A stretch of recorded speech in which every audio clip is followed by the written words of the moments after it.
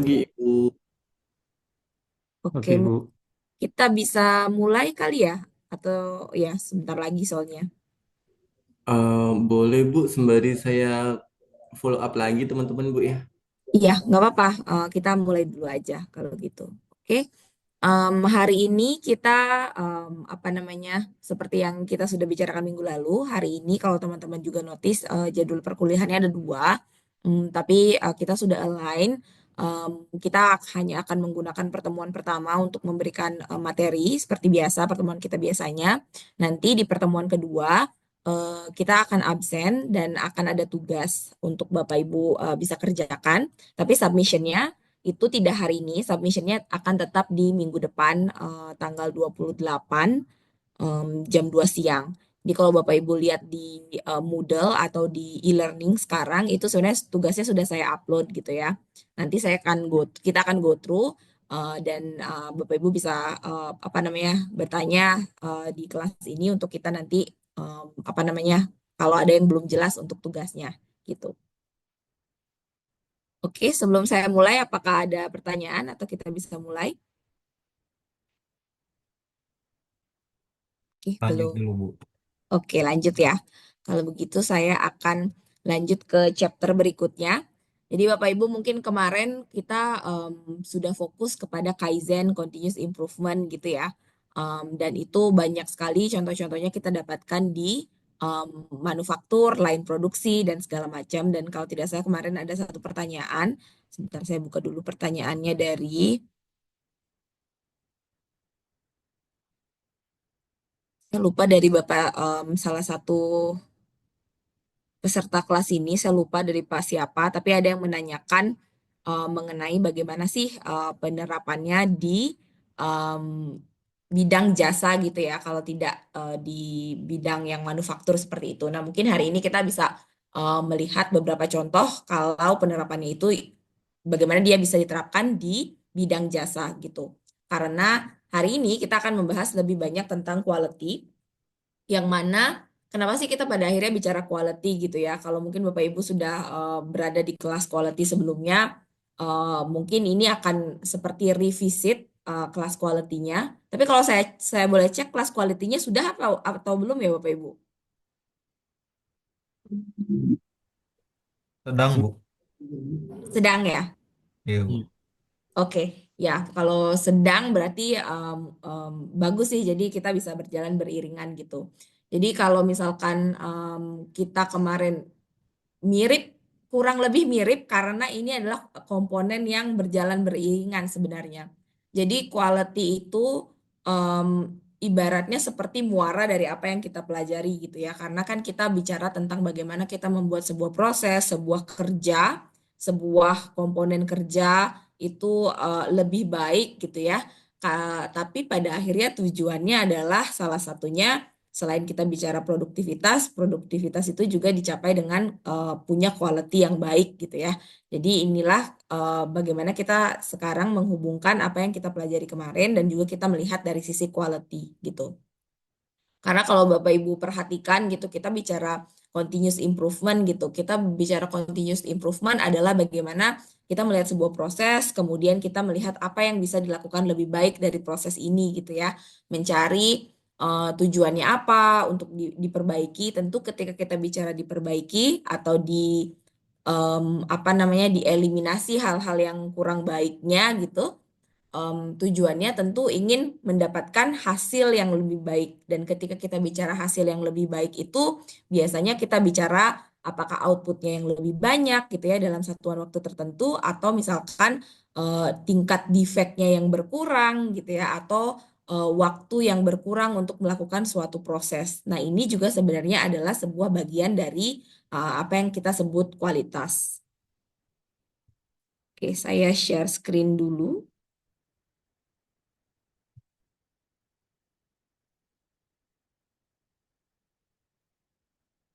Oke, seharusnya Bapak Ibu sudah bisa melihat screen saya sekarang. Udah, Ibu. Oke, nah ini contohnya adalah kalau Bapak Ibu pergi ke textbooknya, nah textbooknya juga sudah saya lampirkan di e-learning. Nanti Bapak Ibu juga bisa lihat secara langsung. dan untuk membaca lebih lanjut dari contoh yang diberikan gitu ya. Jadi di sini kita bicara tentang Arnold Palmer Hospital. Ini adalah salah satu rumah sakit di Amerika dan ini cukup terkenal. Rumah sakit ini digunakan di beberapa textbook sebagai contoh bagaimana sebuah industri jasa menerapkan sistem kualitas yang baik, di mana di dalamnya termasuk juga dengan continuous improvement gitu. Jadi tidak bergerak. Ya, jadi apa yang dilakukan Arnold Palmer Hospital ini adalah mereka menerapkan continuous improvement, employee empowerment, yang mana kalau Bapak Ibu ingat kembali pada saat kita belajar tentang kita belajar sedikit tentang just in time-nya Toyota, bagaimana mereka bisa dengan baik mengimplementasikan Toyota Way, salah satunya adalah dengan mengempower karyawannya gitu ya, bagaimana secara culture mereka membawa karyawannya dengan mindset untuk melakukan continuous improvement secara terus-menerus gitu kan. Nah, ini juga hal yang dilakukan di Arnold Palmer Hospital, yang mana mereka mengempower karyawannya untuk bisa secara independen melakukan aksi-aksi yang bisa dilakukan untuk meningkatkan kualitas pelayanan mereka terhadap pasien-pasien yang menjadi customer di rumah sakit ini gitu ya. Dan mereka juga melakukan benchmarking. Jadi benchmarking ini adalah tentu saja mungkin Bapak Ibu sudah familiar gitu ya. Benchmarking adalah membandingkan. Jadi perbandingan ini tidak hanya dari sektor membandingkan rumah sakit dengan rumah sakit lain gitu ya standarnya, tapi juga bisa membandingkan ke standar-standar lain atau industri lain gitu. Dan kemudian juga just in time dalam hal seperti yang Bapak Ibu tahu, rumah sakit kan ada banyak sekali material gitu ya yang terlibat dalam proses servis yang terjadi di rumah sakit, baik itu obat-obatan, kemudian alat-alat medis, dan juga pendukung-pendukung medical yang lain, di mana ini juga bentuknya fisik, memerlukan waktu dan juga tempat gitu ya kalau kalau disimpan dan kalau dipindahkan. Nah, di sini juga konsep konsep just in time mereka terapkan sedemikian rupa sehingga ketersediaan barang mereka baik gitu ya, pencatatannya juga baik sehingga pada saat pelayanan itu juga bisa dilakukan dengan semaksimal mungkin gitu. Dan pada akhirnya yang dituju adalah bagaimana dia memberikan pelayanan yang berkualitas terhadap pasiennya gitu. Jadi di sini kalau misalkan kita kemarin melihat just in time dalam satu ranah gitu ya, dalam satu ranah misalkan kita hanya melihat dari flow produksi gitu, atau di sini kita melihat just in time dalam flow untuk replenishment atau pengisian ulang untuk obat-obatan atau pengisian ulang untuk kayak jarum suntik, semua apa namanya tube medis dan segala macam. Kalau kita hanya melihat di situ saja, maka kita bisa dengan jelas melihat, oh just in time-nya di bagian ini, bagaimana mereka replenish atau mengisi ulang di masing-masing station misalnya ya. Ada di station misalkan di ruang operasi, ada di ruang apa di area apotik, eh, di area-area rawat yang lain seperti itu ya. Jadi ini semuanya sangat operasional.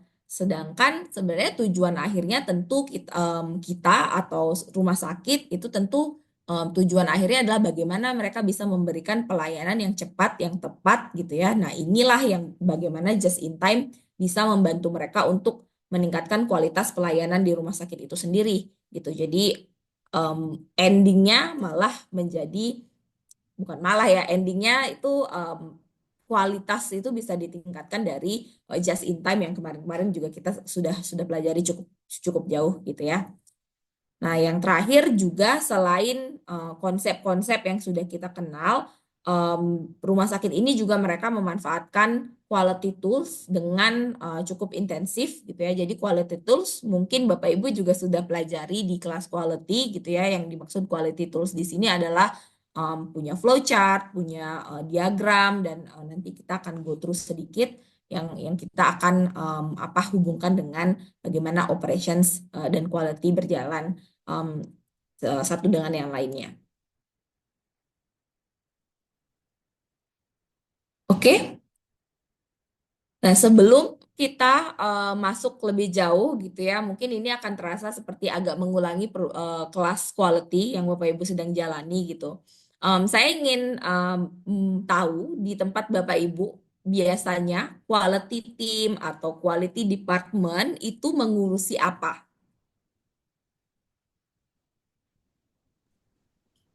Izin menjawab, Bu. Ya, silakan Pak. Kalau di kami quality department itu kebetulan di divisi saya, Bu ya. Mhm. Tapi kami juga punya perwakilan tiap unit kerja, Bu. Nah, di sini kami itu mengurusinya itu kayak pemenuhan terhadap standar-standar produk yang ditetapkan oleh pelanggan atau stakeholder tertentu. Contohnya, kita juga memaintain audit internal eksternal maupun audit ISO dari kan, Bu ya, dari BNSP. Nah, kemudian kami juga melakukan kayak quality controlnya itu ada produknya Bu ya. Nah, di mana produknya itu kan kita sertifikat nih Bu. Nah, kami di situ itu juga berikut peran aktif di dalam kayak dalam 1 tahun itu ada berapa nih sertifikat yang reject seperti itu Bu. Nah, Hmm. cuma di itu aja sih Bu. Sama itu Bu ya, sama ada keluhannya pelanggan Bu ya. Jadi kita juga memantau dibantu dengan divisi pemasaran dan penjualan corporate. Kita juga bekerja sama Bu ya untuk membuat suatu mekanisme. Jadi kalau ada pelanggan itu komplain, kita hitung itu startnya sampai dengan ada namanya itu kayak penyelesaian Bu ya atau namanya itu kayak tindak lanjutnya itu udah berapa lama. Nah, kita bantunya itu aja sih Bu seperti itu karena produk kita jasa Bu ya bukan barang. Seperti itu. Betul. Oke, terima kasih Pak Jo. Jadi yang kalau saya simpulkan kalau di tempat Pak Jo yang di mana bicaranya adalah lembaga sertifikasi gitu ya, Sukovindo. Em, Sukovindo sendiri ini menilai sebuah kualitas gitu ya, tapi kualitas bisa produk gitu ya, bisa proses kalau saya lihat tadi. Tapi di sisi lain sebagai penyedia jasa juga menilai kualitas bagaimana pelayanan yang diberikan oleh Sukovindo atau tempat kerjanya gitu ya. Jadi quality within quality. Itu satu hal gitu ya, sesuatu hal yang juga sangat paling common untuk dihitung kualitasnya gitu ya. Mungkin kita bisa melihat Bapak Ibu yang lain apakah ada di tempatnya menghitung atau hal lain yang diukur dari quality di tempat kerjanya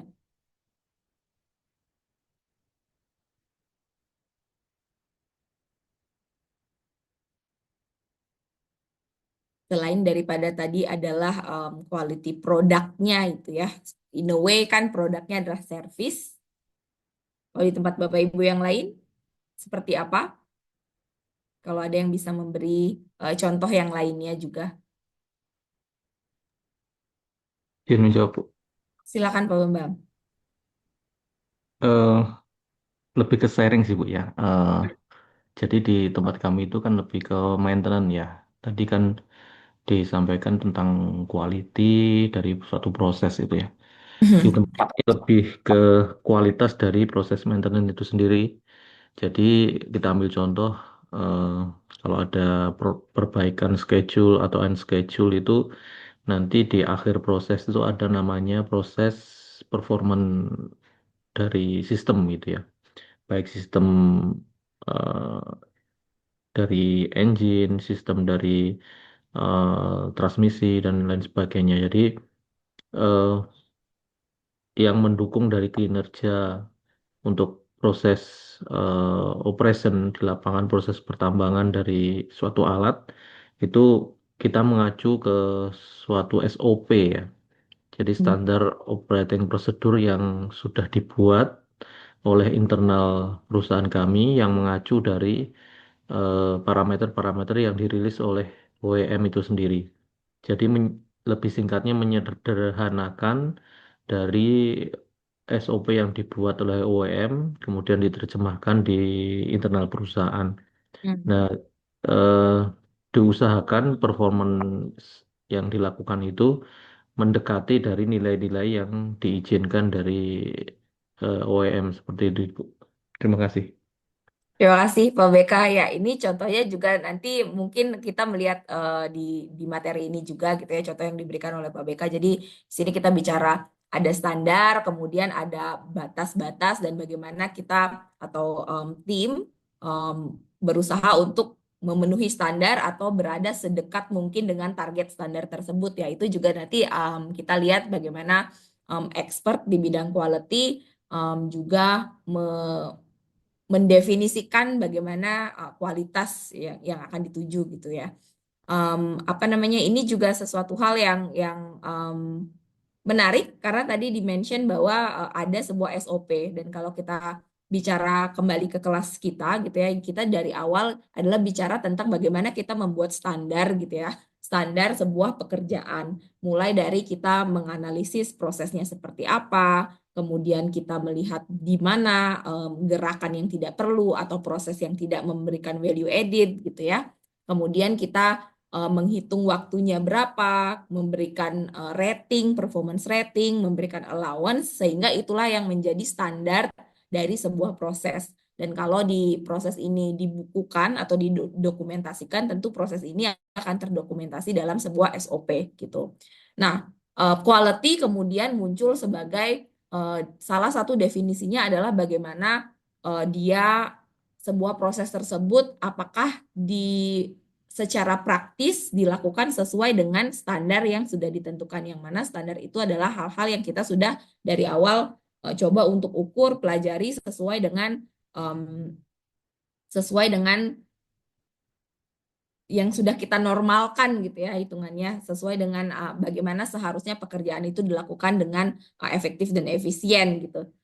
Jadi kalau kita bicara quality, salah satunya juga bagaimana standar itu bisa di-comply oleh saat dilakukan prosesnya. Dan kemudian proses ini akan berulang terus-menerus gitu kan. Apakah kemudian prosesnya lebih lama daripada standarnya atau lebih cepat dari standarnya, kemudian ini yang akan menjadi proses yang diukur kembali, kita kembali lagi ke proses awal, menghitung lagi, melakukan direct time study dan lain sebagainya. Jadi ini adalah suatu proses yang dilakukan berkesinambungan sehingga pada akhirnya quality, strategi kualitas dan juga work measurements ini sesuatu yang harus terus dilakukan sebuah perusahaan, sebuah tim gitu, yang sebenarnya mereka striving untuk terus-menerus bagaimana bisa untuk punya differentiation terhadap perusahaan yang lain gitu ya, menemukan misalkan dari improvement yang dilakukan gitu dengan konsep Kaizen, dengan konsep continuous improvement, menemukan hal-hal lain yang membedakan perusahaan ini dengan perusahaan lain gitu dari improvement yang mereka lakukan.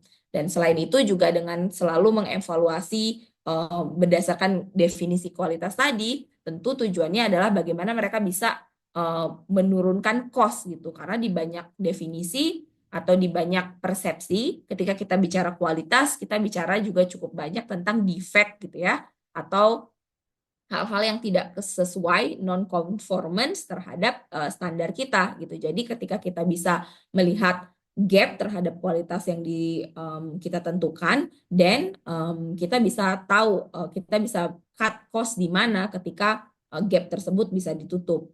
Dan juga ini adalah respon strategis juga gitu. Jadi ini bagaimana kita melihat merespon pasar dan segala macam gitu.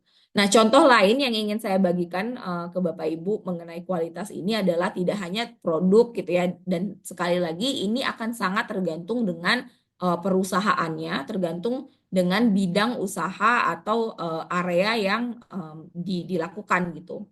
Jadi kalau saya di tempat kerja saya, memang kita kualitas produk tentu saja gitu ya, kita menjual barang-barang furniture, jadi kualitas produk quality tentu itu pasti sesuatu hal yang diukur, kemudian juga dipastikan sesuai dengan standar kualitas yang kita punya gitu untuk produk.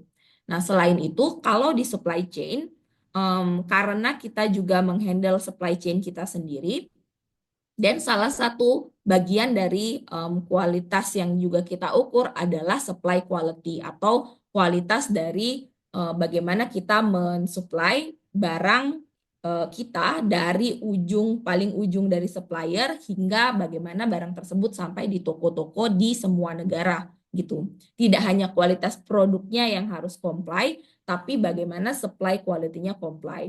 Nah, apa sih yang dimaksud dengan supply quality kalau di contoh saya gitu ya? Jadi, misalkan kita mengirim barang dari supplier ke distribution center atau supplier direct ke toko gitu. Barang-barang tersebut harus disusun sedemikian rupa di dalam kontainer karena alasannya tentu sangat banyak gitu ya. Kita bicara keamanan, kita bicara efisiensi gitu karena tentu kita tidak ingin ngirim udara gitu ya. Kita ingin sebisa mungkin kontainer itu sepenuh mungkin gitu. Kita memanfaatkan volume yang kita punya sebanyak mungkin yang bisa kita isi gitu ya. Jadi selain juga ada standar harus ngisi misalkan untuk 40 footer kontainer atau kontainer 40 high cube gitu ya, kontainer yang ukurannya biasa. Itu mungkin kalau dari supplier bentuk paletnya standar, ada standarnya mungkin dia sekitar 60 meter kubik gitu ya isinya untuk satu kontainer. Kalau kita bicara kualitas supply berarti harusnya dia dianggap berkualitas supply quality-nya ini adalah saat dia memenuhi minimum 60 meter kubik tadi gitu. Jadi kalau misalkan dia 65 sesuai dengan quality ini. Itu satu hal gitu ya. Kemudian juga damage gitu ya. Selain misalkan produk kita sudah comply sesuai dengan standar yang harus dipenuhi untuk dijual di suatu negara. Misalkan kita jual mainan di Indonesia, barangnya harus comply, punya SNI untuk mainan gitu ya. Atau kita menjual barang-barang tableware, keramik, atau barang-barang keramik untuk makan, piring, gelas, mangkok gitu. Itu juga harus ada SNI dari Indonesia. Itu juga berarti salah satu bagian dari product quality. Nah, kemudian yang menjadi supply quality di sini adalah bagaimana pada saat barang tersebut dikirim, misalkan dari distribution center, penyusunan barang tersebut gitu ya, karena kalau barang dikirim dari distribution center biasanya bentuknya macam-macam, tidak hanya kalau dari supplier biasanya kan hanya barang dari supplier tersebut gitu ya, biasanya kita punya supplier itu supplier plastik gitu, jadi barang-barangnya otomatis rata-rata adalah barang-barang plastik, jadi cukup homogen. Kalau suppliernya adalah furniture kayu, biasanya barang mereka kategorinya adalah kategori barang-barang kayu dan packagingnya juga cukup homogen gitu. Tetapi kalau barangnya pergi dari distribution center, isinya bisa macam-macam. Ada yang isinya bisa pecah belah, ada yang isinya kayu, ada yang isinya plastik, steel atau baja gitu ya. Berbagai macam jenis barang itu ada di distribution center, sehingga pada saat mereka melakukan proses loading, memasukkan barang, menurunkan barang dari rak, kemudian barangnya di-load ke dalam kontainer. Nah, itu setiap terjadi kecacatan atau terjadi kesalahan, misalkan ujung forkliftnya nabrak palet gitu ya, ada dent di bagian-bagian packagingnya. Nah, ini juga termasuk supply quality, yang mana ini adalah sesuatu hal yang diukur gitu. Dan kenapa sih ini sampai diukur? Karena kalau misalkan Bapak Ibu tahu barang-barang di IKEA gitu ya, banyak sekali barang-barang yang kita sebutnya sebagai packagingnya ready to sell. Jadi kotak tersebut, kotak yang sama yang digunakan packaging dikirim dari distribution center dan dari supplier, itu tinggal disobek bagian atasnya, kemudian barang tersebut atau kotak tersebut bisa langsung di-display. Jadi kalau misalkan kotak ini pada saat handling, baik itu loading, unloading gitu ya, pada saat handling tersebut ketabrak, kemudian sobek gitu ya. Jadi secara estetika ini sudah tidak memenuhi estetika untuk di-display di toko gitu. Jadi ini akan menjadi bagian dari supply quality. Karena kalau kita bicara produk quality, barangnya masih bagus, barangnya comply sesuai dengan standar untuk dijual. Tapi kalau kita bicara supply quality, ini tidak sesuai dengan bagaimana kita harusnya mensupply barang dari sender hingga toko kita atau receiver kita di akhir gitu ya. Nah, jadi di sini bisa dibilang quality itu yang bisa diukur banyak sekali, tergantung dengan industri yang kita jalankan dan juga bagian mana yang mau kita sorot gitu ya. Karena kebetulan saya adalah di supply operations atau operasi supply, jadi supply quality adalah menjadi hal yang sangat diukur di organisasi saya. Tapi kalau saya bekerjanya di produk, maka tentu yang utama diukur adalah produk quality-nya gitu ya. Nah, kemudian kalau kita bicara tadi rumah sakit gitu ya, jadi yang tentu diukurnya adalah service quality-nya. Atau di perhotelan itu juga service quality gitu ya. Sama juga seperti di industri transportasi, quality-nya kemudian akan menjadi apakah on time, kedatangan on time-nya atau estimasi kedatangannya sesuai dengan jadwal gitu ya. Jadi sangat beragam, sangat besar scope dari kalau kita bicara quality. Oke, sejauh ini Bapak Ibu ada pertanyaan, ada input, atau ada yang ingin disampaikan?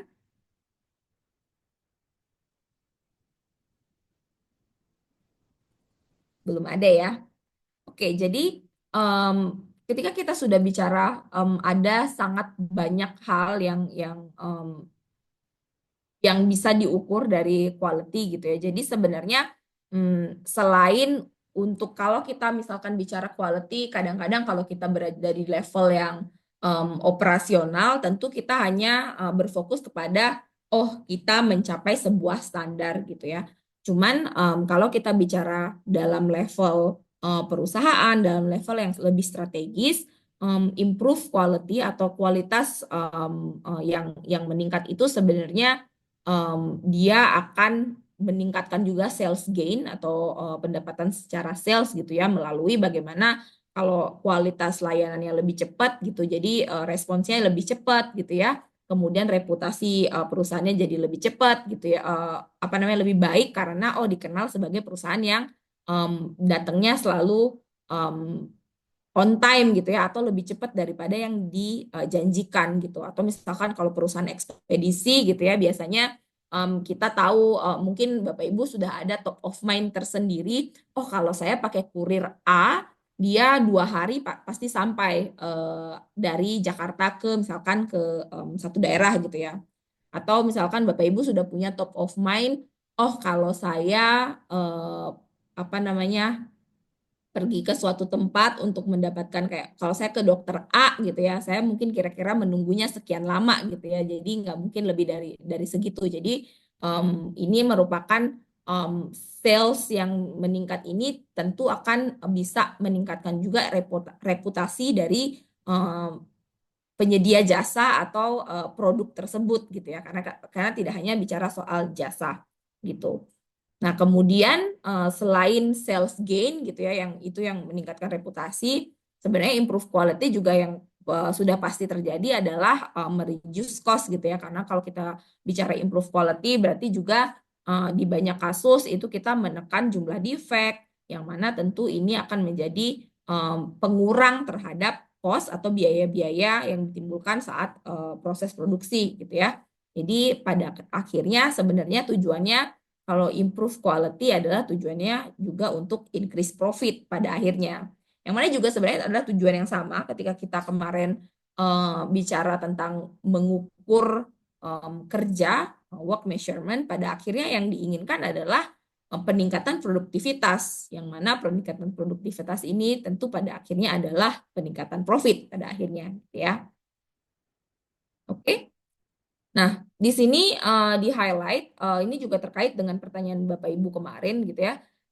Di-highlight aktivitas quality itu sebenarnya memang berakarnya atau dimulainya itu harus dari organizational practice atau dari organisasi itu sendiri. Jadi ada leadership-nya, ada mission statement gitu ya. Jadi baru kemudian staff support dan training. Jadi bukan hanya sekedar dilakukan di satu kelompok-kelompok kecil tertentu untuk mendapatkan efek yang signifikan gitu. Jadi memang kalau kita mau punya strategi quality yang baik dan diterapkan secara menyeluruh dan praktisnya juga bisa penerapan dan itu juga bisa lebih efisien tentu harus datang dari organisasi dari atas gitu ya untuk memberikan arahan.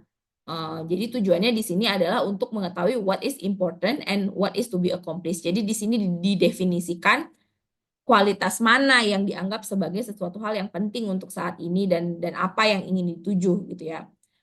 Ini seperti yang kita bilang tadi, saya gitu ya, organisasi saya bicara tentang supply operations, maka ya salah satu hal yang sangat penting adalah tentu efisiensi secara supply chain gitu. Tetapi secara quality, misalkan secara spesifik, kita punya supply quality yang harus diukur gitu. Atau misalkan organisasi lain dengan bisnis yang lain gitu ya, dengan fokus yang berbeda, dengan situasi yang berbeda, atau organisasi lain dengan jenis pekerjaan yang sama dengan saya misalkan, tapi mereka punya fokus yang berbeda karena punya situasi pasar yang berbeda, itu bisa jadi juga bisa punya misi yang sangat berbeda apa yang ingin dituju dari aktivitas quality-nya gitu. Nah, kemudian setelah secara organisasi hal ini ditentukan, barulah kemudian kita bisa bicara ke tahap quality principle-nya seperti apa. Customer focus kah, kemudian apakah kita bicara ya semuanya bisa dilakukan secara terus-menerus ya, secara berkesinambungan dan secara bersamaan juga gitu ya. Customer focusnya, continuous improvement, benchmarkingnya seperti apa, dan tools dari TQM yang digunakan atau total quality management yang digunakan apa saja gitu. Jadi di sini kita bicara tentang setelah kita tahu mau accomplish apa, kemudian kita bicara apa nih yang penting dan untuk bagaimana kita mencapai yang penting tadi gitu ya, yang ingin dicapai tadi gitu. Jadi kalau misalkan kita bicara, kita mau menurunkan cost damage per meter kubiknya itu misalkan dari sekian dolar menjadi kita turunkan mungkin 5%, sekian persen gitu ya. Dan bagaimana kita melakukan itu? Nah, itu akan menggunakan quality principle yang nanti kita akan lihat. Nah, setelah itu tentu kita bicara juga tentang employee fulfillment karena tentu proses ini tidak bisa berjalan tanpa adanya dukungan dan juga semangat dari employee-nya atau pekerjanya karena pekerjanya lah yang akan melakukan semua proses ini gitu ya. Dan jadi disinilah di mana empowerment itu sangat diperlukan dan juga organizational commitment-nya atau komitmen dari organisasinya itu sendiri. Dan terakhir, goal-nya gitu ya adalah tentu customer satisfaction. Jadi di sini competitive advantage yang bisa didapatkan ketika kita sudah menerapkan sebuah sistem kualitas yang baik untuk pada akhirnya adalah bagaimana kita pengen customer kita satisfied dengan apa yang kita lakukan gitu. Nah, kalau kita bicara customer, tidak selalu kalau secara organisasi mungkin customer kita adalah end customer-nya gitu ya. Tapi kalau misalkan kita bicara scope yang lebih kecil, kalau kita bicara scope proses yang terkait satu sama lain, bisa jadi customer kita adalah direct customer-nya adalah divisi lain setelah kita yang menggunakan hasil dari produk kita. Misalkan kita adalah bagian dari produksi gitu ya, yang kemudian hasil produksi komponen ini akan digunakan oleh assembly gitu ya. Jadi di sini direct customer kita sebenarnya next-nya adalah si bagian assembly ini. Bisa jadi ternyata kualitas produksinya yang kurang baik mengakibatkan proses assembly-nya ini menjadi kurang lancar gitu ya. Jadi bisa banyak komplain akan datang dari assembly ke productions. Jadi ini ada internal customer dan juga external customer secara keseluruhan.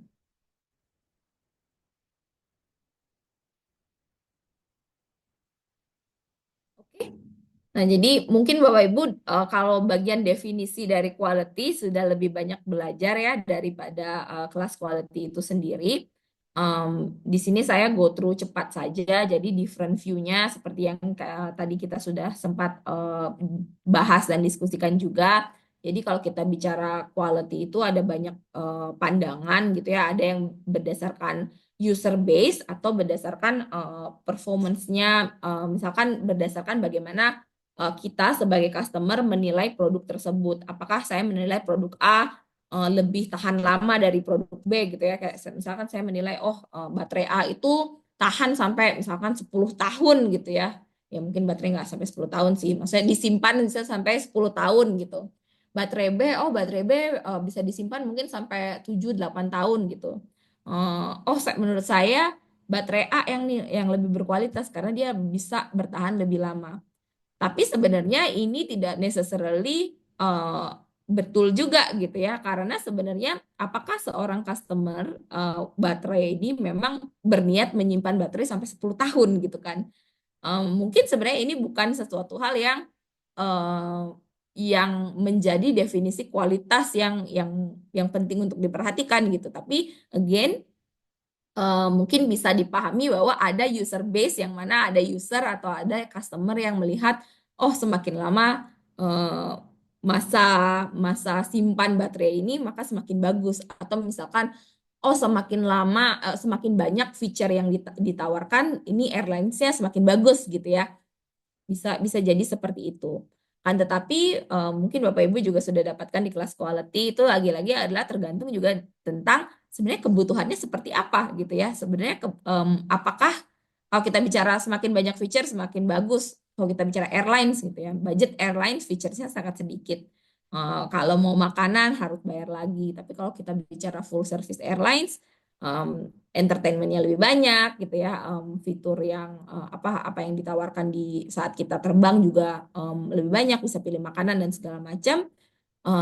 User mungkin mendefinisikan itu sebagai itu adalah sesuatu hal yang berkualitas, tapi lagi-lagi kita bicara tier harga yang berbeda gitu ya, dan kalau kita budget airlines kemudian kita mengacu kepada service layanan full service airlines, tentu ini akan tidak apple to apple atau tidak sebanding untuk dilakukan gitu. Jadi di sini kalau kita bicara quality, kalau kita bicara user base, customer base, mungkin kita akan bicara seperti tadi. Kalau menurut saya airlines yang bagus adalah airlines A karena dia menyediakan ABC yang sebenarnya itu adalah berbeda tiernya dengan misalkan AirAsia gitu ya, atau Lion Air gitu. Nah, ini kalau dari point of view dari user atau customer-nya. Nah, kemudian view yang juga tadi mungkin sudah disampaikan juga oleh Pak BK, ada manufacturing base, yaitu berdasarkan conformance atau kesesuaian terhadap standar yang yang ada gitu ya. Jadi itu standar yang dituntut untuk bisa dipenuhi. Kemudian kalau sudah memenuhi standar tersebut, then barang tersebut dianggap sebagai berkualitas gitu. Tapi apakah kemudian hal ini pada akhirnya ditranslate menjadi barang yang berkualitas bagi customer? Nah, itu bisa jadi harus ditabrakin lagi gitu ya. Apakah definisi berkualitas customer sudah terakomodasi dari manufacturer quality-nya gitu. Jadi bisa jadi nanti mungkin karena standarnya kerendahan, maka pada akhirnya customer menganggapnya ini tidak berkualitas, padahal secara manufacturing gitu ya, orang-orang produksi bilang saya sudah bikin sesuai dengan standarnya, jadi barang saya harusnya berkualitas kalau kita mengacu kepada suatu standar tersebut. Oke.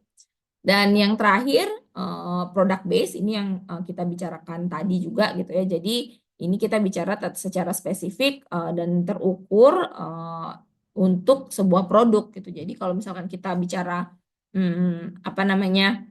produknya produknya bilang ini produknya untuk 10 tahun, sofa biasanya ya, sofa atau kasur 10 tahun garansi, dia masih akan tetap nggak akan ada kerusakan gitu ya. Jadi ini salah satu spesifik dan measurable attributes yang ada di dalam tersebut.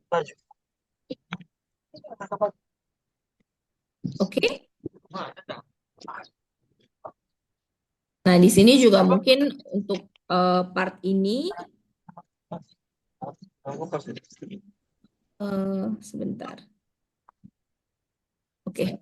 Untuk part implication of quality, mungkin juga Bapak Ibu sudah lebih banyak belajar di kelas quality gitu ya. Kenapa quality menjadi sesuatu hal yang penting?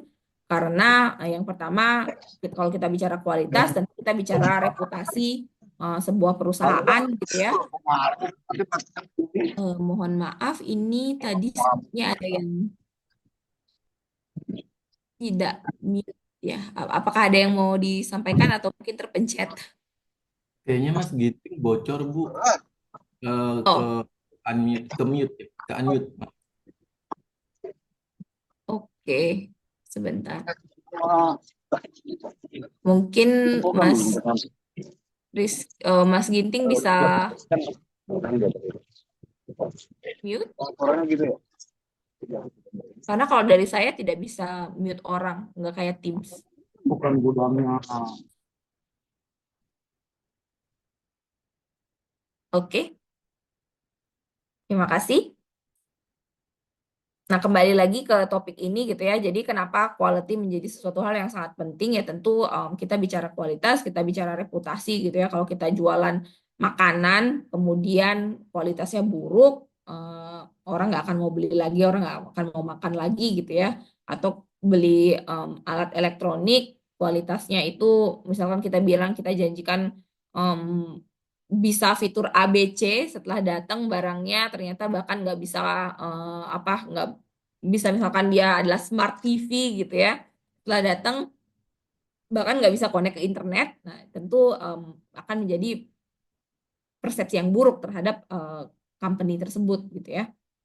Dan kedua, tentu kalau kita bicara produk liability adalah kita bicara keamanan, keamanan produk. Kalau tadi barang kita tidak berkualitas atau tidak memenuhi sebuah standar tertentu, terutama untuk barang-barang yang terkait dengan apa namanya, aktivitas engineering gitu ya, bisa mengakibatkan liability atau ada risiko yang sangat tinggi, risiko keamanan, risiko kesehatan gitu ya. Jadi ini sesuatu hal yang juga mengapa kualitas at the first place adalah sesuatu hal yang sangat penting. Nah, seperti yang Bapak Ibu mungkin juga sudah go through di kelas quality, ada yang namanya Malcolm Baldrige National Quality Awards ini di Amerika. Jadi kalau kita bicara quality di materi ini gitu ya, ini akan majority kiblatnya itu adalah Amerika dibandingkan kalau kemarin kita bicara Kaizen. Kaizen itu kiblatnya ke Jepang banget ya. Jadi kalau kita lihat nih ada dua negara yang sangat terobsesi dalam tanda kutip dengan kualitas gitu. Jadi mereka striving untuk bisa mendapatkan quality yang jauh lebih tinggi, mengembangkan terus-menerus untuk bisa meningkatkan standar kualitasnya mereka. Jadi kalau saya lihat Jepang dan juga Amerika gitu ya, mereka sangat menghargai bagaimana praktis atau quality practice-nya mereka gitu. Nah, di sini kalau dan ini Malcolm Baldrige National Quality Award ya, mungkin lebih applicable di Amerika. Jadi banyak perusahaan yang pernah menerima award ini karena practice quality yang mereka lakukan gitu ya, dan improvement yang mereka lakukan terhadap quality dari proses mereka. Kemudian ada juga tentu ini mungkin hal yang sangat familiar buat Pak Jo atau Bapak Ibu yang bekerja di audit ISO 9001 gitu ya. Ini salah satu juga standar kualitas untuk sebuah proses gitu. Jadi kalau kita bicara standar ada banyak sekali standar. Tapi standar ini bukan satu-satunya gitu ya, karena kalau kita bicara ISO, salah satu standar yang diakui di mana-mana gitu ya, secara global diakui, tapi not necessarily apakah harus punya ISO kemudian baru bisa berkualitas, tentu juga tidak gitu. Jadi banyak perusahaan juga yang mereka nggak punya ISO, tapi mereka punya standar kualitas tersendiri yang mereka sudah buat sesuai dengan kebutuhan perusahaannya sendiri gitu ya. Jadi kalau Bapak Ibu mungkin lihat kayak IKEA gitu ya, kita nggak ada ISO-nya, tapi kita punya standar kualitas kita sendiri gitu. Yang mana bahkan mungkin ada bagian-bagian yang lebih rigid atau lebih susah daripada standar kualitas yang banyak digunakan di tempat lain gitu. Karena kita kan jenis, lagi-lagi jenis produknya, jenis prosesnya mungkin spesifik ya, tidak seperti di tempat lain gitu. Atau juga misalkan kalau secara lokal gitu ya, standar nasional Indonesia mengatur kualitas untuk berbagai jenis produk dan mungkin juga jasa ya. Jadi again, di setiap negara bisa punya standar kualitasnya sendiri. Tapi apakah semua perusahaan gitu ya harus memenuhi standar tersebut. Ya kalau nggak jualan di negara tersebut mungkin nggak perlu ya untuk mengikutinya. Tapi apakah kemudian perusahaan itu tidak berkualitas? Tentu juga tidak. Mungkin juga di Indonesia ada sangat banyak perusahaan yang memproduksi barang-barang yang berkualitas mungkin lebih tinggi daripada standar yang ditentukan oleh standar-standar tersebut, tapi karena mereka tidak melakukan proses sertifikasinya dan mereka tidak bisa menaruh atau meletakkan label ini. Tapi again, sebenarnya mungkin sertifikasi ini bisa membantu mereka untuk bagaimana punya sistem kualitas yang lebih terstruktur. Yang misalkan dari awal mereka nggak punya sistem kualitas tertentu atau sistem penjaminan mutu tertentu, kemudian standar-standar inilah yang mereka bisa gunakan adopsi untuk memastikan bahwa mereka melakukan atau menjalankan proses dengan standar kualitas tertentu. Oke. Nah, di sini ini juga mungkin sesuatu hal yang juga perlu diingat. Jadi ketika kita bicara quality, yang mungkin sering muncul di pikiran kita adalah lebih banyak ke produk quality, adanya defect gitu ya. Padahal sebenarnya ada 4 komponen yang ada lie behind the quality cost gitu. Yang ada under quality cost itu ada 4 sebenarnya. Ada yang disebut sebagai prevention cost, appraisal cost, internal failure cost, hingga yang terakhir itu adalah baru external failure cost. Dimana external failure cost ini defect yang setelah setelah delivery baru kemudian didiscover atau ditemukan gitu ya. Jadi ini kayak product recall, nah itu sudah masuk external failure cost. Tapi di dalamnya sendiri itu sebenarnya ada banyak cost yang terlibat kalau kita bicara tentang quality. Mulai dari kita bicara bagaimana kita bisa preventing that defect from before it happen gitu ya. Jadi kita melihat prosesnya di bagian mana yang dia bisa menimbulkan kecacatan atau ketidaksesuaian terhadap standar gitu. Ini kembali lagi ke materi kita awal. Nah, kemudian yang kedua, kita bicara tentang appraisal cost atau cost untuk kayak mengecek kesesuaian produk dengan sebuah standar gitu ya. Jadi ini cost of inspection, dia akan masuk kepada appraisal cost. Nah, kemudian yang ketiga ini adalah internal failure cost. Ini masih kalau kita ketemu barang yang defect gitu ya, kemudian dilakukan proses repair gitu, itu masuk ke dalam internal failure cost.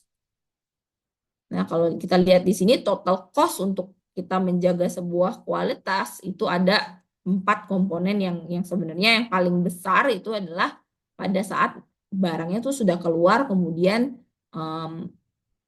terjadi failure, terjadi defect, terjadi ketidaksesuaian, karena damage-nya bukan hanya cost secara produk, tapi juga bisa cost secara reputasi, gitu ya, secara loss of sales, dan banyak lagi yang terlibat, yang intangible atau tidak secara langsung terlihat bahwa ini sebenarnya adalah sebuah cost yang ditimbulkan dari quality yang poor atau quality yang tidak baik tadi.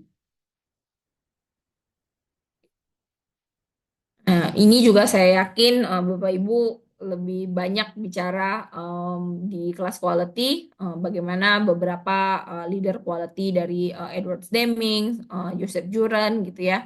Mereka mereka lah orang-orang yang pertama kali mengemukakan bagaimana pentingnya punya sebuah kualitas, sebuah fokus terhadap kualitas gitu ya, dan kualitas strategi yang baik. Jadi mereka lah yang awalnya mempopulerkan hal-hal tersebut yang sampai hari ini juga banyak digunakan. Saya nggak akan banyak di sini. Nah, kita akan langsung ke 7 concept of TQM. Nah, ini saya mention tadi. Kalau kita bicara TQM, Total Quality Management, ini adalah suatu hal yang in a way sangat Amerika. Kita bicara Six Sigma juga sangat Amerika. Tapi walaupun di dalamnya ada just in time dan Taguchi Concept yang adalah sangat Jepang gitu ya. Jadi ini adalah kombinasi dari dua dua negara yang cukup superior dalam hal kualitas. Nah, ketika kita bicara TQM ini adalah Total Quality Management, jadi ini kita bicara keseluruhannya secara total untuk punya sistem manajemen kualitas yang baik. Jadi tidak bisa berdiri sendiri hanya continuous improvement atau hanya just in time untuk bisa punya total quality management yang baik gitu ya. Meskipun misalnya kita sudah membuat continuous improvement sedemikian rupa, tapi tanpa employee empowerment, tanpa benchmarking itu juga sebenarnya akan kurang efisien dan kurang efektif gitu ya, kurang untuk mencapai tujuan yang sebenarnya nanti bisa dicapai atau mungkin bisa dicapai lebih baik lagi gitu. Oke. Nah, karena continuous improvement ini kita juga sudah bahas berkali-kali, jadi saya akan skip saja. Dan PDCA ini juga adalah hal yang kita juga pelajari kemarin gitu ya. Jadi memang continuous improvement ini kalau di Amerika quote and quote gitu ya, mereka memang bertumpu kepada PDCA model. Jadi mereka secara siklus ini juga disebutnya sebagai Deming cycle gitu ya. Jadi mereka secara continuous akan melakukan proses plan, do, check, and action, dan terus-menerus melakukan hal tersebut sehingga terjadilah culture dari continuous improvement ini. Oke, dan di sini juga dimention bahwa Kaizen dan juga zero defect gitu ya yang digunakan untuk mendeskripsikan continuous improvement. Oke. Dan Six Sigma saya juga nggak akan banyak di sini karena perhitungannya dan segala macam ada di kelas quality. Tapi again untuk merimain Bapak Ibu, kita bicara Six Sigma sebenarnya ini suatu hal yang sangat sulit untuk dicapai dalam waktu singkat gitu ya, karena kita bicara 3,4 defect per 1 juta opportunities gitu. Jadi 1 juta kejadian ada 3,4 saja defectnya gitu. Jadi memang defect yang amat sangat kecil. Untuk kalau kita bicara Six Sigma, biasanya nggak akan langsung ke Six Sigma gitu ya. Biasanya mereka Three Sigma dulu. Jadi small steps untuk akhirnya bisa ke Six Sigma. Jadi sebenarnya Six Sigma ini juga salah satu karena kita bicara continuous improvement ya, jadi salah satunya mungkin kayak kita saya mau menurunkan angka defect gitu ya, dan salah satu metodenya tentu kita bisa go through dengan metode yang digunakan oleh Six Sigma. Jadi again di sini kita bicara total quality management, jadi kita bicara di banyak tidak hanya satu aspek untuk meningkatkan sebuah kualitas.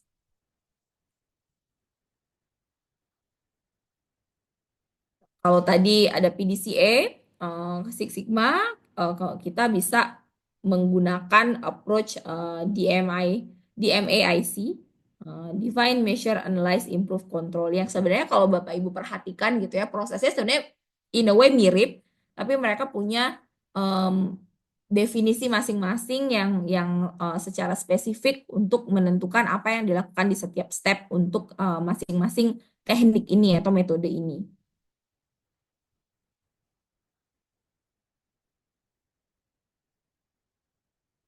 Dan satu hal yang perlu di-highlight juga, seperti yang kita sempat bicarakan kemarin juga, adalah bagaimana sama seperti continuous improvement, Six Sigma ini tidak akan bisa dilakukan tanpa major komitmen dari top level management ya. Dan mungkin perlu digarisbawahi adalah major komitmen, tidak hanya sekedar komitmen, tapi ini perlu major komitmen karena ini membutuhkan directions atau arahan, membutuhkan biaya juga gitu ya, dan membutuhkan konsistensi. Jadi ada ada work hour yang harus didedicate untuk melakukan hal ini dan harus secara serius dilakukan dan mendapatkan fokus dari manajemen. Oke. Kemudian kalau kita bicara dengan tentang employee empowerment, ini sama seperti yang kita bicarakan kemarin, karena pada akhirnya yang melakukan proses ini, yang paling tahu prosesnya apa adalah employee-nya itu sendiri. Jadi memang employee empowerment ini sangat dibutuhkan sehingga keseluruhan proses bisa berjalan dengan baik gitu ya.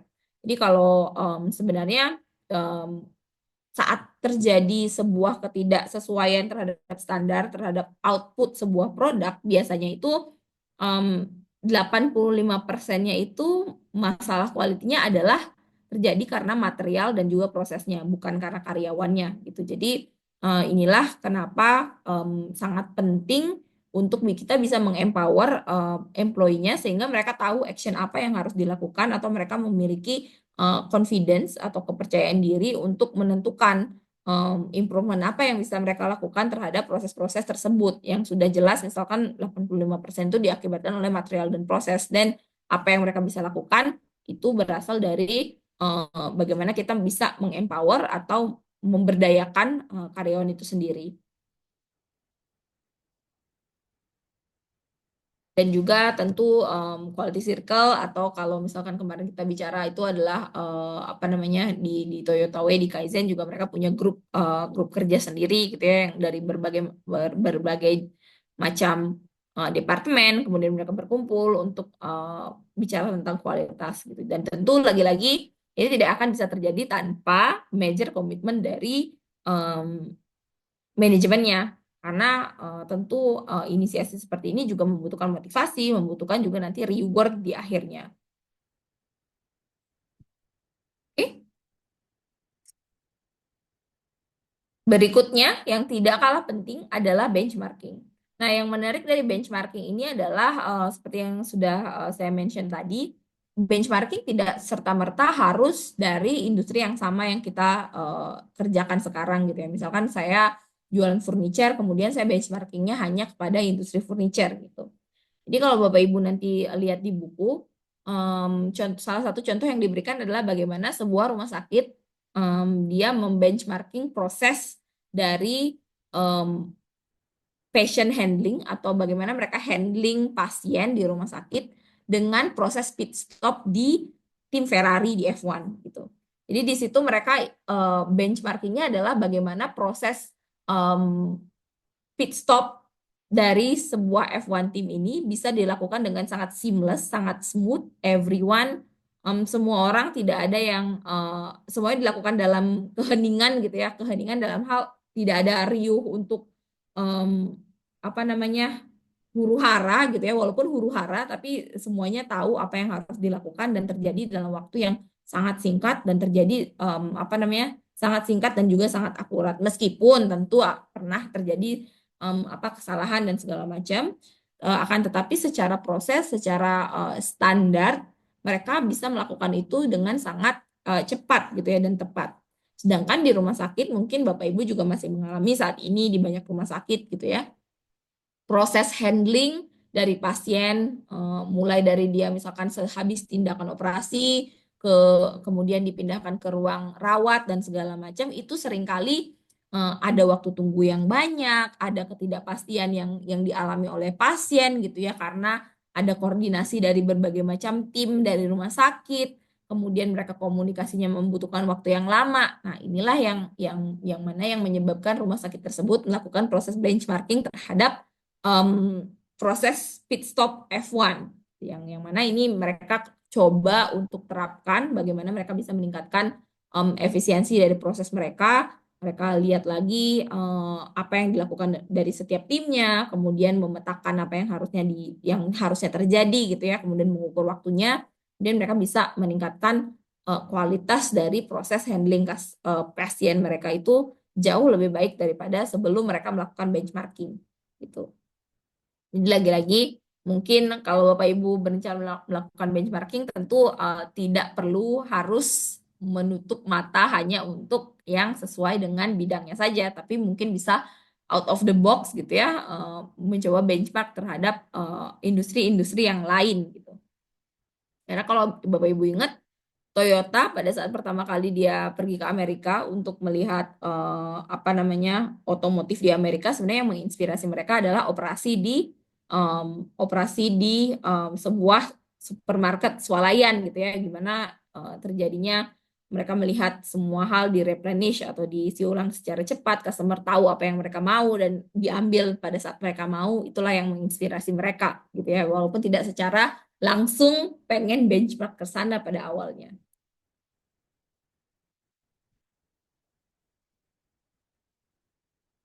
Oke.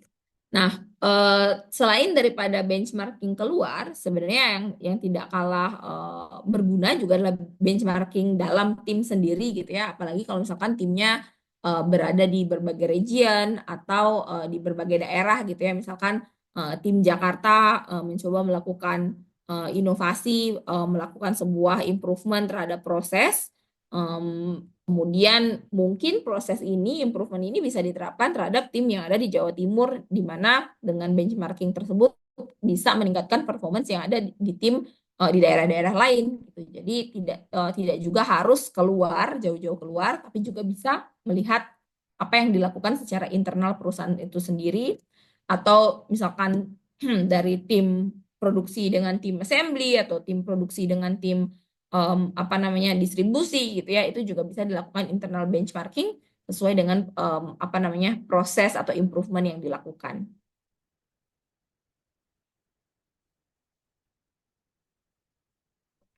Just in time ini sesuatu hal yang kita sudah bicarakan, dan salah satu konsep yang baru yang mungkin juga apakah Bapak Ibu sudah melewati Taguchi konsep juga di kelas quality?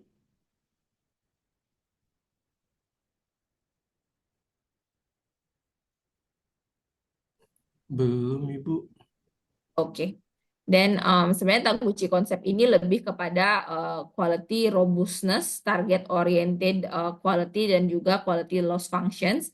Jadi kalau kita bicara quality robustness ini adalah bicara tentang bagaimana mungkin Bapak Ibu tahu gitu ya, seringkali misalkan kita mau produksi sesuatu yang menyebabkan kualitasnya itu berubah-ubah adalah misalkan eh, bahan bakunya yang ternyata kualitas bahan bakunya yang berubah-ubah gitu ya.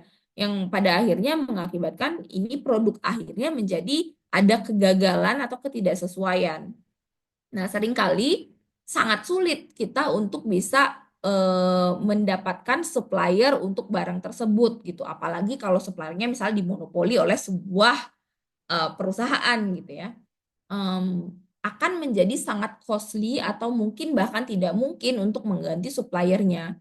Nah, apa yang bisa dilakukan sebenarnya di situasi seperti ini adalah instead of kita menghilangkan dari apa namanya dari penyebab terjadinya variasi kualitas ini, Taguchi Taguchi konsep ini mengajarkan bahwa bagaimana kita bisa meremove efeknya. Jadi kita mungkin bisa melakukan proses tambahan di dalamnya untuk meremove efek yang ditimbulkan dari variasi kedatangan raw material ini gitu. Jadi instead of kita ganti raw materialnya yang mana itu mungkin akan very costly atau itu adalah suatu hal yang tidak mungkin dilakukan, kemudian robustness ini didapatkan dari bagaimana kita bisa meminimalisir efek tersebut gitu ya. Jadi misalkan kita punya proses tambahan, proses treatment tambahan yang biayanya lebih rendah daripada kita mengganti si material di awal tadi. Gitu ya. Jadi ketika kita bicara quality nggak hanya serta-merta oh kita eliminasi bagian ini, bisa juga kita dengan menambahkan proses lain yang mana bisa meremove efek dari adverse condition tadi, atau misalkan kita kalau misalkan material itu masih bisa disortir, kemudian kita akan menambahkan bagian penyortiran gitu ya. Jadi ini mungkin yang cost-nya itu bahkan lebih rendah daripada men-take out si material tadi. Oke. Nah, kemudian quality loss functions, beliau juga membuat sebuah disebutnya QLF. Di sini lebih ke quality sih sebenarnya. Jadi dia memetakan bagaimana ada untuk mendapatkan kualitas yang paling baik gitu ya, yang best quality. Sebenarnya targetnya ada di sini gitu ya. Dan ada upper dan lower target yang dimana kalau upper lower target ini dia akan sudah kualitasnya itu menurun gitu sebenarnya. Jadi kalau misalkan punya standar itu juga suatu hal yang sangat penting untuk menjaga sebenarnya batas atas dan batas bawah ini apakah masih sesuai atau bagaimana sih approach dari batas atas dan batas bawah ini dilakukan. Jadi kalau misalkan ada sebuah contoh yang diberikan seperti ini. Ada sebuah perusahaan, kalau tidak salah Sony, Sony made in Japan dengan Sony made in USA, itu yang lebih diminati adalah Sony made in Japan. Padahal sama-sama punya Sony, padahal kan ini harusnya memiliki standar kualitas yang sama gitu ya. Secara dokumentasi kualitas juga harusnya sama gitu, karena mereka adalah satu perusahaan memproduksi barang yang sama. Tapi kemudian customer punya persepsi tersendiri bahwa quality made in Japan-nya Sony itu lebih baik daripada quality TV made in US-nya Sony. Setelah ditelisik, ternyata yang membedakan adalah plant yang di Jepang atau factory yang di Jepang, mereka striving, mereka berusaha sebaik mungkin untuk bisa ke target oriented quality yang diinginkan. Jadi mereka sebisa mungkin bisa mendekati best gitu ya. Sedangkan ternyata factory yang di US ini, as long as dia berada di border gitu ya, mereka akan anggap sebagai oh sudah tercapai kualitinya. Nah ini kedua perbedaan yang mungkin terasa awalnya tidak signifikan, ternyata pada akhirnya dirasakan oleh customer karena mereka merasa produk yang ditawarkan dari factory yang dari Jepang ini lebih presisi gitu ya, sedangkan yang diproduksi dari Amerika ini memiliki kecacatan yang mestinya kecacatan tersebut harusnya masih bisa diterima in a way gitu ya, tapi secara karena pendekatannya tadi, karena yang di Jepang mereka sebisa mungkin mereka harus mengerucut ke arah yang target quality-nya, sedangkan yang satu lagi asal ada di bordernya dan mereka oke gitu. Jadi ini dua pendekatan yang berbeda yang mengakibatkan pada akhirnya kualitas akhir dari produk tersebut menjadi berbeda. Oke. Sebelum saya lanjut ke TQM Tools, Bapak Ibu ada pertanyaan, ada input?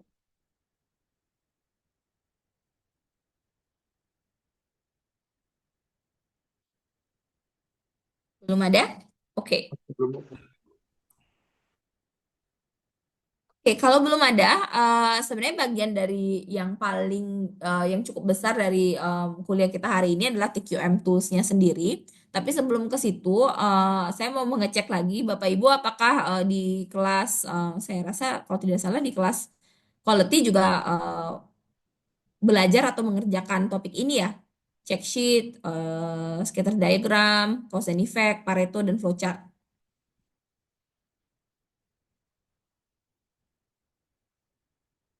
Sudah Bu di mata kuliah quality control Bu.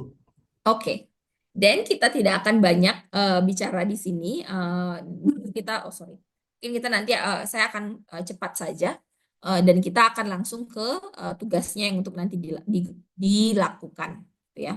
Jadi ini exactly the same dengan apa yang Bapak Ibu pelajari di kelas quality gitu ya. Jadi TQM controls itu memang adalah list yang ada di sini gitu. Jadi kalau misalkan untuk generating ideas atau untuk kayak tahap awal pengecekannya gitu ya, Bapak Ibu bisa menggunakan check sheet, scatter diagram, dan juga cause and effect diagram atau Ishikawa diagram atau fishbone diagram disebutnya. Kemudian untuk mengorganize data, jadi Bapak Ibu udah punya data, kemudian ingin melihat patternnya seperti apa, dan bisa menggunakan Pareto chart atau juga flow chart untuk melihat proses diagramnya gitu ya. Dan juga kita bicara untuk mengidentifikasi problems atau permasalahannya. Kita menggunakan histogram dan juga statistical process control atau SPS yang Bapak Ibu sudah go through di kelas quality. Nah, di sini sebenarnya titik baliknya itu adalah hubungan antara quality lagi-lagi dengan kelas kita adalah kita sudah menentukan sebuah standar gitu ya, kita menentukan sebuah standar, kita sudah tahu prosesnya seperti apa. Karena kalau kita bicara quality itu kan seperti di akhir saja ya Bapak Ibu. Tapi kalau kita kembali ke kelas ini, kita membicarakan tentang step-nya apa saja, basic motion-nya apa saja gitu ya. Jadi kalau di incorporate atau digabungkan, ketika kita kemudian menganalisis secara quality proses-proses yang kita sudah kenal dengan baik tadi, inilah bagaimana kita bisa mengukur kualitas dari proses tersebut gitu. Oke, jadi Dan saya tidak akan banyak bicara tentang ini. atau mungkin saya akan skip saja cause and effect diagram dan lain-lain. Oke.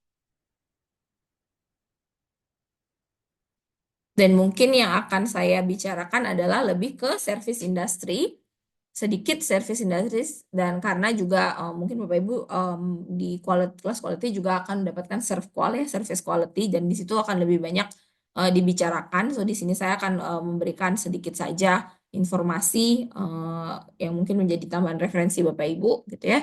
Jadi kalau service quality gitu ya, jadi kita bicara misalkan standar assembly dan lain-lain. Dan kalau kita bicara secara spesifik untuk service, ada standar waktu tertentu juga untuk mereka gitu ya. Misalkan 2 menit sebelum departure, all door close gitu ya.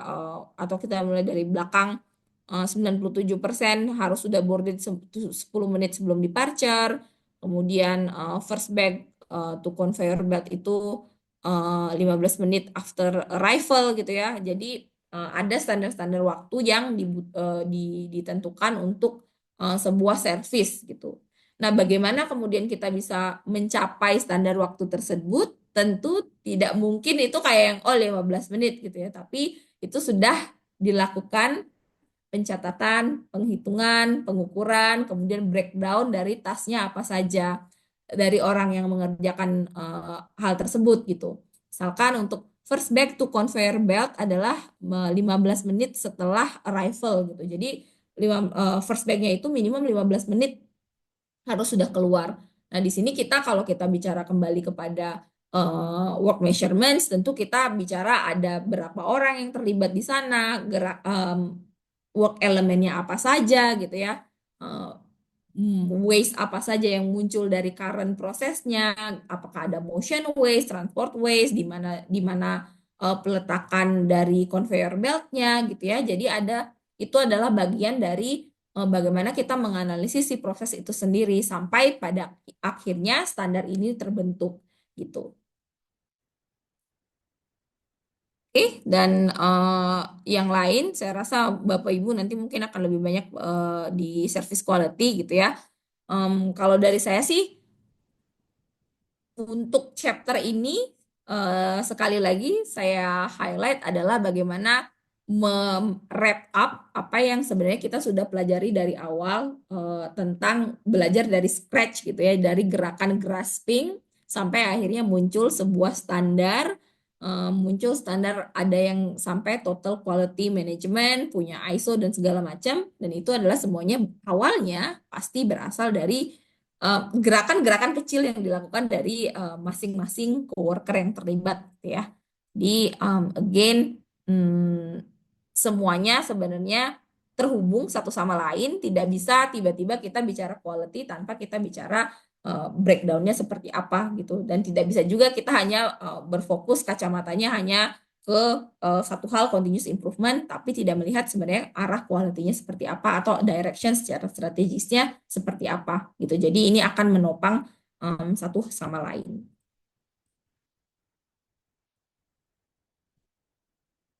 Oke, sebelum saya ke bagian tugas, apakah ada pertanyaan dari Bapak Ibu?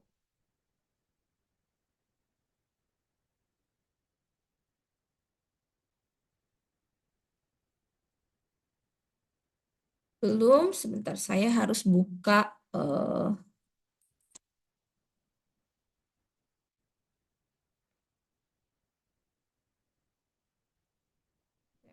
dulu.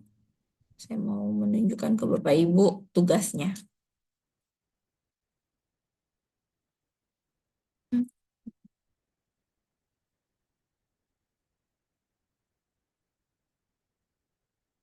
Oke. Jadi saya sudah masukkan tugasnya Bapak Ibu ke pertemuan ke-13, week 13 di sini. Bapak Ibu bisa buka. Nah, di sini tugasnya adalah saya buat cukup sederhana.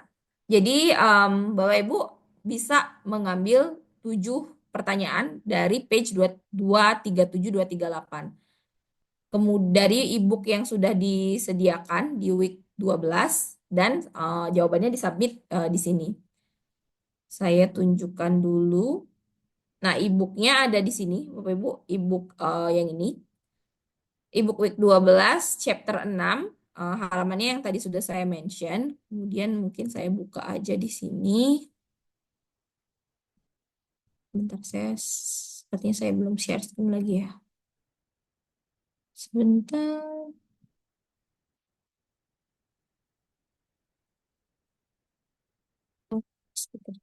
Stop share dulu.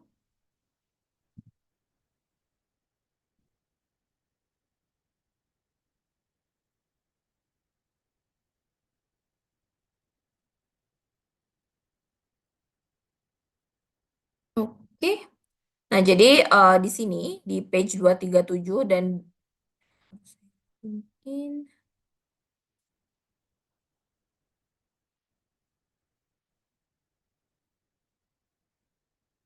oke, di halaman 237 237 dan juga 238. Di sini ada 17 pertanyaan. Tapi saya bebaskan Bapak Ibu bisa mengambil 7 saja yang mana-mana Bapak Ibu yang kerjakan gitu ya. Jadi setiap orang bisa punya pertanyaan yang sama, bisa punya pertanyaan yang beda gitu ya. Jadi ini pertanyaannya adalah terkait dengan tools of TQM. Jadi ini terkait dengan chart yang tadi yang kita bicarakan gitu ya. Yang menyinggung juga kelas quality. Jadi Bapak Ibu cukup mengerjakan 7 saja dari 17 yang tersedia dan bisa disubmit ke eh, pertemuan 13 tadi. Saya harus ulang share screen lagi. Ribet ya ini. Bisa disubmit di sini, tugas 13 yang mana deadline-nya adalah di minggu depan, jam 2, seperti berakhirnya kelas kita. Gitu. Oke, gimana Bapak Ibu? Apakah ada pertanyaan? Dari saya belum, Bu. Tapi kita bebas aja kan, Bu ya. Even itu nanti ada yang double teman sebelah gitu nggak apa-apa ya? Tidak masalah. Jadi ini sebenarnya tugasnya sangat fleksibel sih Bapak Ibu. Jadi Bapak Ibu boleh mengambil yang mana saja dari 17 soal tersebut, yang mana 17 soal tersebut tuh terkait dengan tools dari TQM yang tadi kita lihat, Pareto, Ishikawa diagram dan lain-lain. Ya silakan diambil sesuai dengan yang Bapak Ibu ingin dikerjakan gitu. Jadi ini sebenarnya konsepnya karena kita tidak masuk ke kelasnya, jadi lebih ke latihannya gitu ya. Untuk nanti juga persiapan di UAS gitu. Oke, baik, Ibu. Oke, ada pertanyaan lain sambil saya buka dulu lisensinya.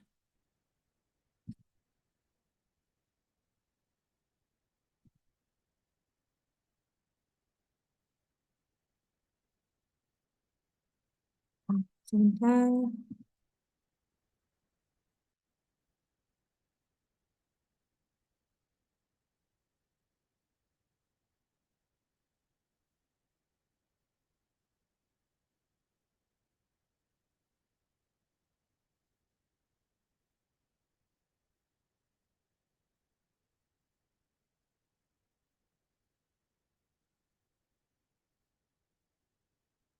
Saya share screen lagi.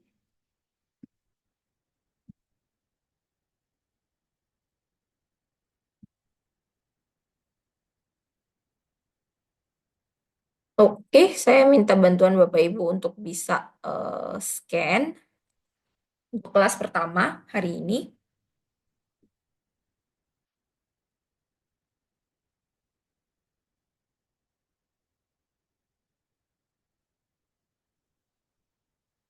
Dari saya sudah scan, Bu. Udah ya, sebentar. Saya coba cek dulu. Oke, sudah validasi.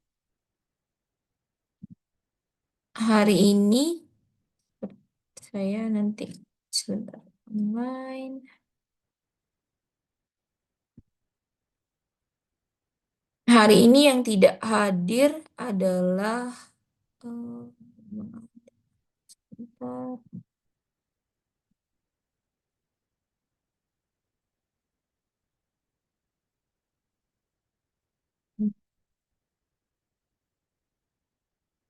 Bisa tolong dibantu saya untuk mengecek juga sebentar.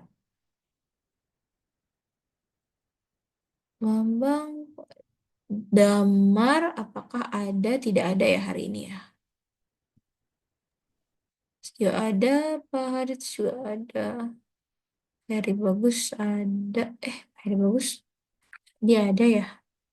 Nanti saya cek lagi. Pak Indra, Dirbo. Indra ada. Ada, Ibu Mesya tadi ada. Farid ada juga. Ada, Ibu Putri juga ada.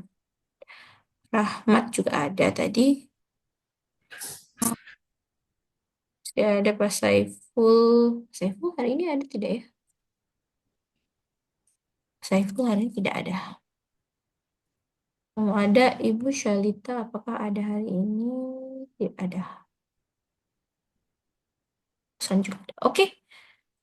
Oke, ini untuk absensi yang pertama saya simpan dulu. Nanti saya lengkapi lagi. Oke. Simpan dulu. Dan saya akan pergi yang kedua.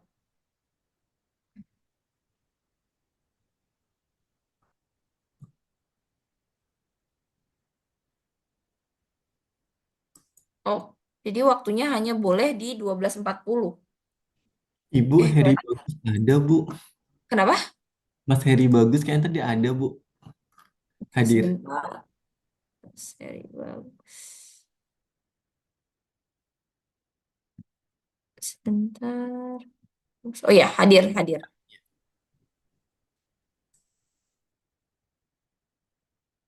Oke, sebentar. Oh, jadi saya tidak tahu kalau ternyata ini saya baru bisa bukanya nanti. Jadi saya tidak bisa absensi lebih awal gitu ya. Aduh, sebentar.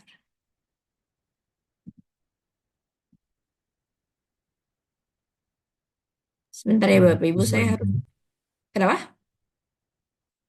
Biasanya sesuai jamnya sih, Bu. Oke, sebentar saya coba selesaikan yang ini dulu. Ditunggu sebentar, biar nanti saya nggak hilang lagi nih.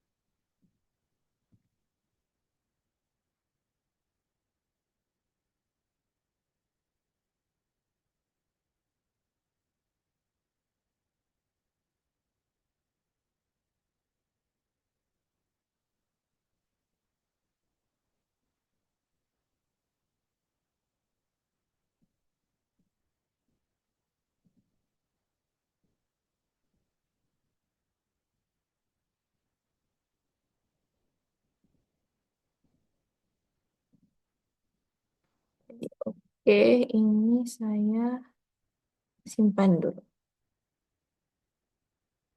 Oke, sudah berhasil saya simpan deck yang pertama. Dan untuk yang kelas berikutnya tetap harus kita masuk lagi di 12.40. Gitu ya.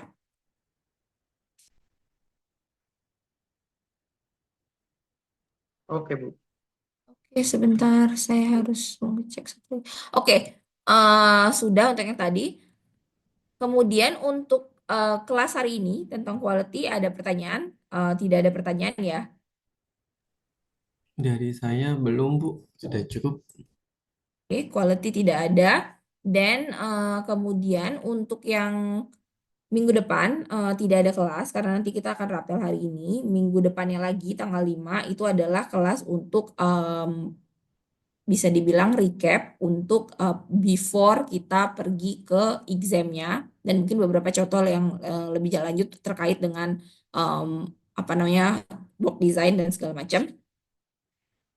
Examnya nanti UASnya di tanggal 12 seperti yang kita sudah align, tidak ada apa namanya, tidak ada perbedaan dengan yang UTS-nya gitu ya. Jadi masih sama.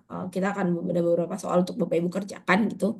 Dan mungkin tugas hari ini juga salah satu bagian dari UAS juga. Gitu. Oke, kalau dari saya sih tidak ada lagi, Bapak Ibu. Karena materinya sebenarnya cukup sudah kita pack di awal.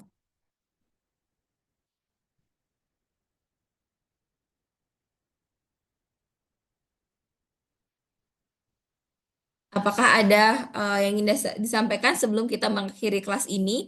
Karena kalau misalkan tidak, dan berarti nanti kita di jam 1.40 kita akan return untuk absensi gitu ya.